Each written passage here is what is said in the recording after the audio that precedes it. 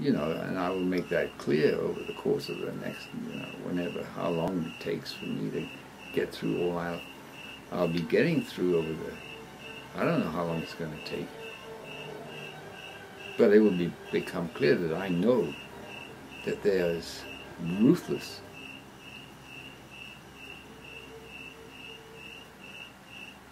opposition to the whole idea of the threefold Commonwealth. And the men and women who oppose it can be summed up in the phrase from the prologue to The Lord of the Rings, the movie, where I think it's Cate Blanchett, the actress, is saying this. One ring he forged, that is Sauron, forged to rule all the other rings. And into this ring he poured all his hatred, mendacity, and will to dominate. That pretty much sums up the psycho profile of the individual men and women who are in opposition to the threefold Commonwealth. And these people are very powerful. Now, we'll get into that later. But I'm going to, at this point, say, okay, we have done what needed to be done in destroying the opposition in one way or another, either through legal means or otherwise, as the case may be. After all, we are dealing with, that's another wonderful segment in The Dark Knight, you know, where Bruce Wayne is talking to Alfred, and Alfred relates, you know, the butler, mentor, how he had been in the army and he was in Burma, and there was this bandit there that was stealing gems and nobody could catch him, and he was being a thoroughgoing nuisance, you know, and they couldn't catch him. So that was that conversation, and that conversation ended with Bruce Wayne saying, why does somebody do things like that? And Alfred said to him, sir, there are some people in this world that like to see the world burn. Now later on in the movie, Bruce Wayne asks him, did they ever catch this bandit? And Alfred says, yes, we did. And Bruce Wayne asked him, well, how did you do it? Because this bandit was holed up in a forest. He said, we burned the forest down. Okay, so it's like, we have to realize what type of people, if they are, even can be considered called people, who are the ruthless burners of the world, you know, acting through the criminal syndicates that are everywhere, in every government, every agency, everywhere. Because remember, they've been working at this for a long time, the secret brotherhoods. As I said, over at least 400 years. Now, but I'm assuming that battle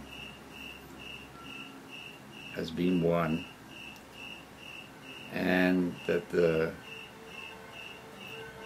men and women who are in positions of power and responsibility can now effect the threefold Commonwealth in a conscientious, conscious and deliberate fashion, recognizing that this is a long-term plan and that it would require eternal vigilance, because, you know, as Alfred said, there are always going to be people who like to see the world burn. That's simply the way it is. And of course, I've spoken about Lucifer and Ahriman many times.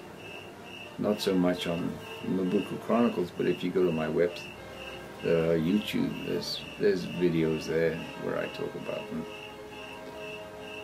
And the corrupting influence that they have on the human soul and how to counteract that. But that is the fact. There are individual men and women, and there always will be, who like to see the world burn. So there has to be eternal vigilance, knowing that this is the long-term strategy.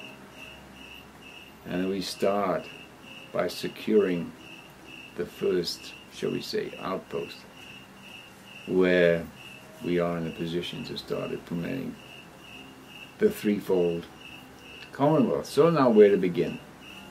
Do we begin with the cultural sphere, which is obviously of singular importance, because that's education, and everything begins with education. And the fact of the matter is, modern education is an abomination on the face of the earth. There's no doubt about that. And so do we start there? Or do we start with abolishing the two-party system and the whole, you know, all that stuff, and the getting rid of the centralized nation states, centralized government, just getting rid of it, and what to put in its place? Or do we begin with the economic sphere? Well, you could make a case for all of them being significant. But I think, now Steiner did indicate that he thought that we should begin with the cultural sphere, which is, and there's a good case for that, but and I can definitely start there. But I think that since events have unfolded, now you remember Steiner died in, or passed through the gate of death in 1925. And I don't care how highly developed you are spiritually and how much clairvoyant powers you may have, and he had tremendous clairvoyant powers. There's no question about that. But I don't think he could have possibly predicted how things would have unfolded in detail over the course of the next, 80, 90 years. And right now, this systemic breakdown that we're talking about, or Jim Moody mentioned, and I'm talking about the smashing itself to pieces of the nation state, which is a direct quote from Rudolf Steiner. That has started with the money. Remembering that money is to the social sphere what blood is to the human organism.